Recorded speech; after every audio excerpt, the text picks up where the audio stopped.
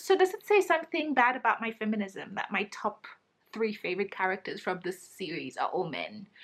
Or can we just go ahead and blame Sarah J. Maas for that? Yeah, I think we're gonna go ahead and blame Maas.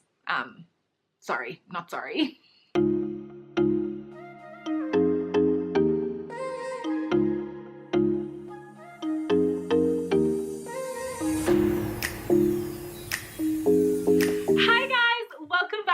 Bookish channel where we talk all things books all the time. My name is Nogukanya. I'm your resident book nerd, lover of all things books. Welcome if it's your first time here. Welcome back if you're an OG and you've been about this life for a while. So today I'm in the mood to talk a little bit of shit. So I thought, let me shoot a video that I've actually been thinking about shooting since I finished A Court of Silver Flames, and that is ranking my top 10, or ranking the 10 main characters from A Court of Thorns and Roses series from the worst to the best. So this is me gonna break down all 10 of the characters, why I hate the ones that I hate, why I love the ones that I do love, and telling you guys how I feel about each of these characters. Because honestly, I've had a lot to say. You guys probably figured that out from my vlog when I was reading Nesta's book, that like I have a lot of feelings about this series, which I love, by the way. I really love A Court of Thorns and Roses. I think it's such a great series. It's Sarah J. Maas's best. By the way, I just saw on Twitter, like someone asked her how to pronounce her name and she says it's Mass, like Massachusetts. And there was a point where I was saying Sarah J. Maas because it's a double A in the mid, but anyway, do you know what? Anyway, it's Maas, apparently, if you didn't know that. I also didn't know that, so there we go. So, Sarah J. Maas, this is her best series. I still think Throne of Glass is crap. I still think it's garbage. I'm Crescent City, there's only one book that was way too long, so I can't really judge from that perspective, but this is my favorite series by her by far. So yeah, let's get into it. Let me break down these characters. By the way, I'm gonna try my best not to give spoilers, but like obviously this is a video for people who probably have already read the series. So there's gonna be some stuff that I say. So if you're still planning to read the series and you're really bothered by spoilers, maybe try and skip this video, or just maybe let me try not to spoil. No, actually skip this video because I am gonna make a mistake. I know myself. So yeah, let's get into it. Top 10 Sarah J. Maas characters from A Court of Thorns and Roses. Before we get started, don't forget some light admin. Don't forget to subscribe to my channel. Follow me on Instagram on @prettyxbookish. Like, comment, follow, share, all that fun stuff. You guys know the drill. So yeah. Okay, so A Court of Thorns and Roses. Let's get started. By the way, I refuse to buy the new covers. I got gifted this one and it like completely doesn't match and it's stressing me out. But I hate the Bloomsbury covers, guys. They're just so hideous. The new Bloomsbury covers are not it. These covers are so much better than the original. I think the spine is just what I don't like, but these actual covers are way better. So I have the OG covers and I'm not going to change unless someone decides to send them to me, but like I'm not paying my money to get those covers. So yeah, anyway, 10 characters. So let me start from the back, from the worst characters, and then tell you guys why I hate them, and then we'll go to the first one. Okay, great. Now let's actually get started. So number 10 is going to surprise some of you because I think some people had an idea of who you thought number 10 was going to be, but number 10 is none other than Elain. Oh my goodness, like, oh guys, like, oh my god, Elain is like a human equivalent of the color beige. Like, Elain is so bland. She has no sauce and no juice. She has no seasoning. And you know what? I literally don't like people who like are all, oh my god, I'm so soft and I'm so delicate. That's Elain's whole personality trait. That's a whole character arc. I'm so delicate. Girl, like, and the thing is with Elain also is that like, and this is the core of what I don't like Elain, right? Is that she's a horrible sibling to Feyre. And the reason why I don't like Elain core is that she lets Nesta take the brunt of the hatred for being a crappy sister, when in reality, they are a two-man gang. They were both sitting in their house warm while Feyre was out there fighting wolves and shit so that they could eat. They were both, Elain was the one who was just like, oh, I actually need some new gloves. Oh, I want a new dress. While her sister is out here trying to make sure they have food. They are both older than Feyre, and yet Elain gets away with it because of, you know, and like, you guys know those girls, right? Those girls who like, everybody knows those girls who are like low-key like really horrible, but get away with it because they have this like soft-spoken, oh my god, I'm so delicate, like I'm so sensitive, like don't talk too loud around me. Do you know that whole thing? It vexes me because like I feel like I'm a really I can be really loud, and I feel like those kinds of girls really vex my soul because like they get away with absolute murder, like. And it's always like, oh, and it's always them. Oh, sorry guys, like I'm getting really triggered thinking about girls that I went to primary school and high school with. Like they were such snitches, and I feel like Elain is that same hun. So yeah, I can't stand Elain for that very reason. I feel like she's false and she's fake, and I feel like Elain is also low-key very self-involved. Like from the beginning of this series to the end, Elain's entire focus has been Elain. Like it was like first she was, oh, like we're the outskirts of society, poor me. Then it went to, they turned me into a fairy and I didn't want to be, and then it's like I'm gonna hold myself in my room because trauma. While your sister is out there running around trying to save your life, you are upset because you couldn't marry a human guy. Do you know what I mean? Like Elain's whole thing is just Elain. So yeah, she has to be number 10. Can't stand her. Literally hate her so much. Number 9 is probably the one you thought was going to be number 10, and it's Nesta. Bruh, like, Feyre's sisters both are the bottom of the barrel, and I think I've said enough about Nesta at this point, but I just feel like Nesta is also a horrible sibling. And I think, like, because me and my brother are so close, it's the one thing I can't abide. Like, I can't forgive people for being bad siblings. Like, guys, your siblings are supposed to be your riders to the end. Like, they are the people who are supposed to be at your back all day, every day, ready to kill anybody on your behalf. Your siblings are not supposed to be part of your problems. But Nesta treats Feyre, I don't know, like, do you know what Nesta treats Feyre like? Nesta treats Feyre as if Feyre is an illegitimate child that her father went and had and collected somewhere else. Like, she treats Feyre like Feyre did something, like Feyre being born did something to her personally. And like, there's this part in A Court of Silver Flames where like Nesta's like, when she's at the end, right, when she's forgiving herself for all her horribleness, and she's just like, yes, like I have to recognize I'm not perfect, but like Feyre isn't perfect either. Okay, first of all, ma'am, like, yes, Feyre isn't perfect because nobody's perfect, but also, you came for Feyre unprovoked. Like, from the day we met you in A Court of, which one? In A Court of Thorns and Roses, you have been coming for your sister unprovoked. Like, literally, Feyre has done nothing to this hand. Literally nothing. Literally, the only thing Feyre did to Nesta was try and keep Nesta alive by making sure she had food. Like, that was it. So I don't understand how you even have the nerve to be like, oh, you have to forgive yourself for and Feyre also has failings.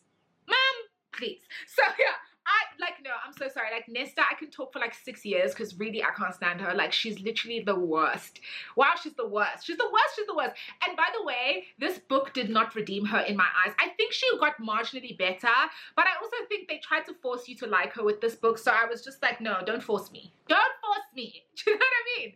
Okay, so number 8 is none other than your favorite cuckold, your favorite cannot keep his Mr. I can't keep my girl, and that is Tamlin. Guys, Tamlin, and you know what? Do you know what also annoys me about Tamlin is that I rode for Tamlin so hard in book 1. Guys, like Tamlin was in my heart. First of all, I don't forgive Sarah J. Maas because she switched it up on us so much. Like, we were not prepared. I don't think anybody was prepared for the way she switched it up. Like, you read book 1, Tamlin is the hero. Tamlin is the guy you think is going to get the girl. Come book 2, flip the switch. Now Tamlin has lost his mind. Now he's doing too much. Like, Tamlin really annoyed me because of that. Also, I feel like Tamlin's whole, like, Feyre, you love me. And like trying to force her to love him and trying to convince her that she, and then when he sent Lucien to go and collect her, and then when he collected all of them and took them to the King of Highburn because he was just like, obviously, like, there's no way Feyre left me of her own volition. Like, obviously Rhysand has done something, that's why she left me. So she don't want you. Like, his whole thing of not being able to understand that girl don't want him, and then for him to still in this book be letting his entire kingdom go to the dogs because he's still sad that another hand left him. It's like, sir, get it together. Like, get it together. You are an entire high, what do they call them? High fae. You're an entire high fae. get it together. Do you know what I mean? So number 7 is closely tied to number 8, and that is Lucien. Guys, I can't respect Lucien as a man and as a fae or whatever, because Lucien basically was just like Tamlin's +1. He was letting his friend move with the spirit of the devil, and he didn't come in. Guys, like, if you are somebody's best friend, right? If you really love somebody, you love your best friend, you are there to support them, but you are also there to pull them back from the brink when they are moving with the spirit of madness. And Lucien was doing none of it. Lucien is like enabler. That's the word. Lucien is like Tamlin's original enabler, right? Then when Lucien becomes Elain's, or you find out that they are mates, even the way he addresses Elain, it's like very like mild. Like they're such a mild little duo. Like they're so beige, both of them. But like his whole thing of like, oh, I'm so scared to like even talk to her because Elain is so fragile, she's gonna fall apart. First of all, if I was Lucien, and like if you're a real ass human or a real ass person, you're just like, sis, like we are mates.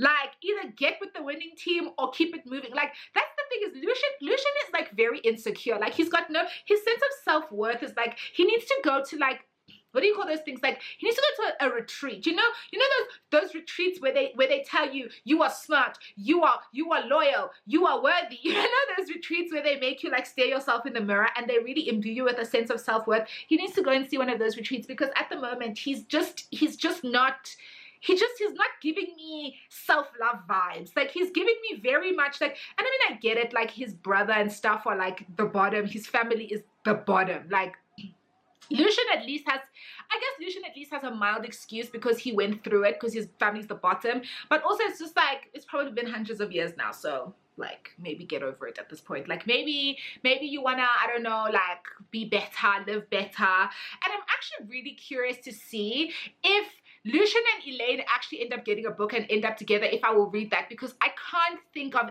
anything I would want to do less than read about Elain and Lucien. Literally, I would rather watch paint dry, honestly. Like the two blandest people in this entire series. Getting a book just for two of them. Sarah J. Maas, send us an email. Honestly, send us an email, or write a novella, 10 pages, lock it up, send us some bullet points. We'll be okay. We don't need this size of book for both of them, is what I'm basically trying to say, because they both suck. So, number 6.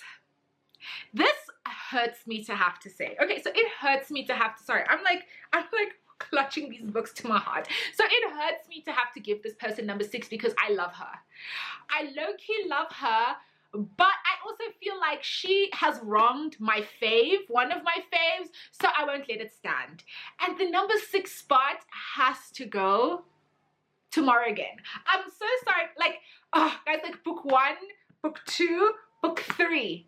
Morrigan was my fighter. I was just like, she's a bad bitch. Like, Morrigan is like out here, like breaking generational curses, being just a bad bitch. Do you know what I mean? Like she's running with the wolves, running with the dogs. Like she's like dressed to kill. Sis will kill you in a pair of stilettos. Do you know what I mean? Like I love Morrigan. Then when we got to, I think it was in A Court of Frost and Starlight, when she basically comes out to speaking to Feyre, then I'm just like, so what you're telling me is that Morrigan has been leading Azriel on for not 10 years, not a decade or 2, not 3, not even a century, a young century.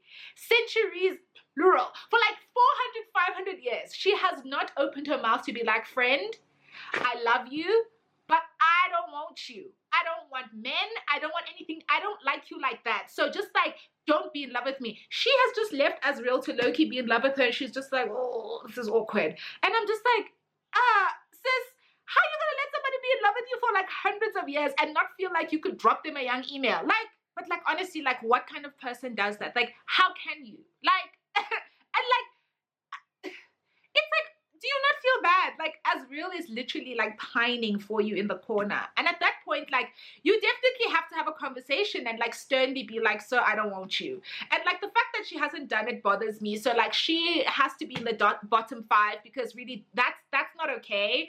And like I ride for AZ to the death.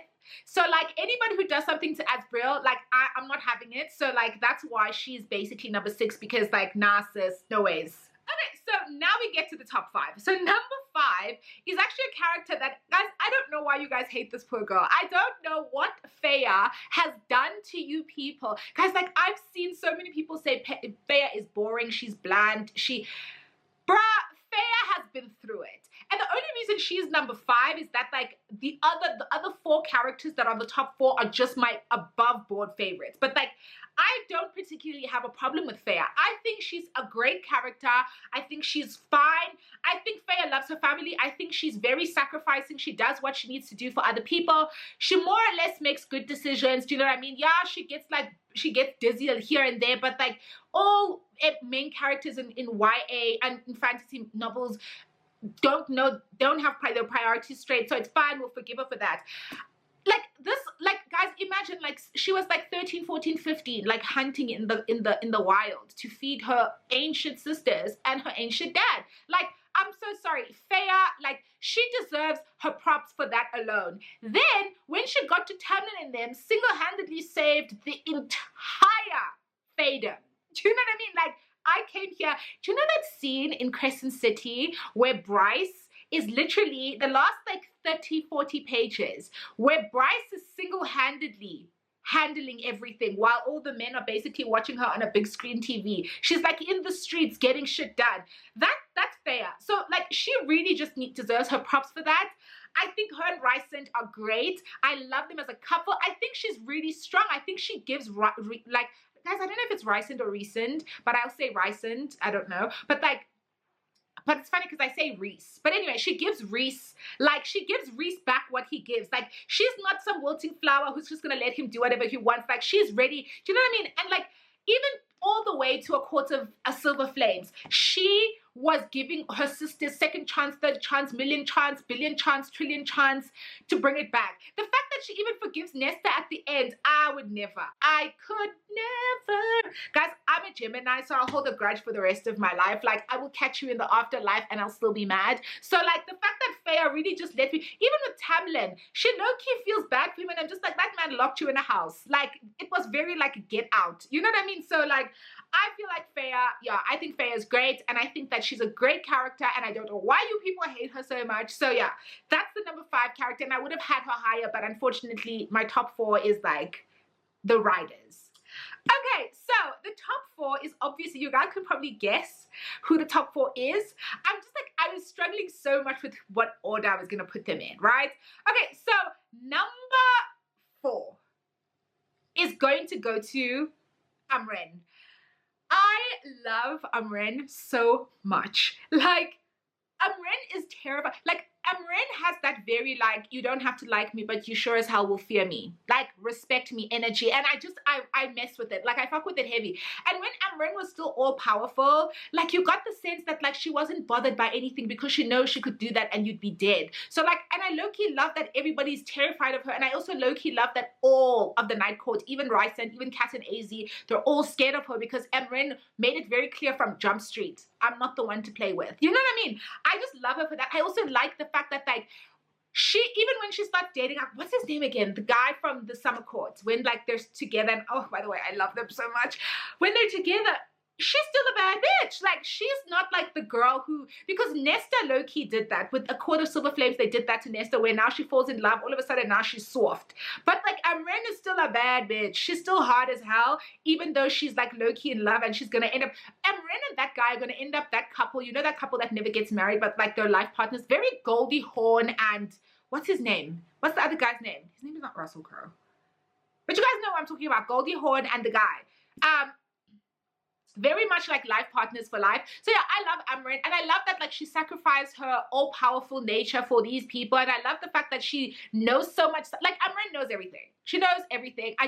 She's a fave. She's a forever fave. Nothing else to say. Love her to death. Okay, so number 3 was a little bit hard because I was trying to play around with who goes in what order.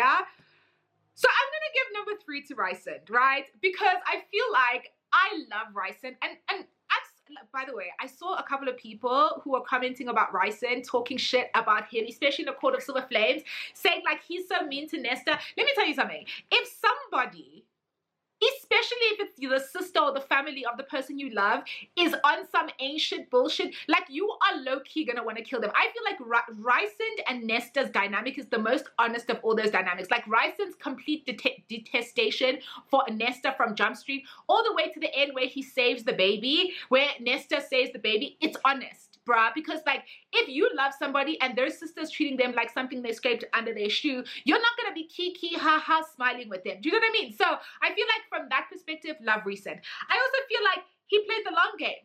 Mr.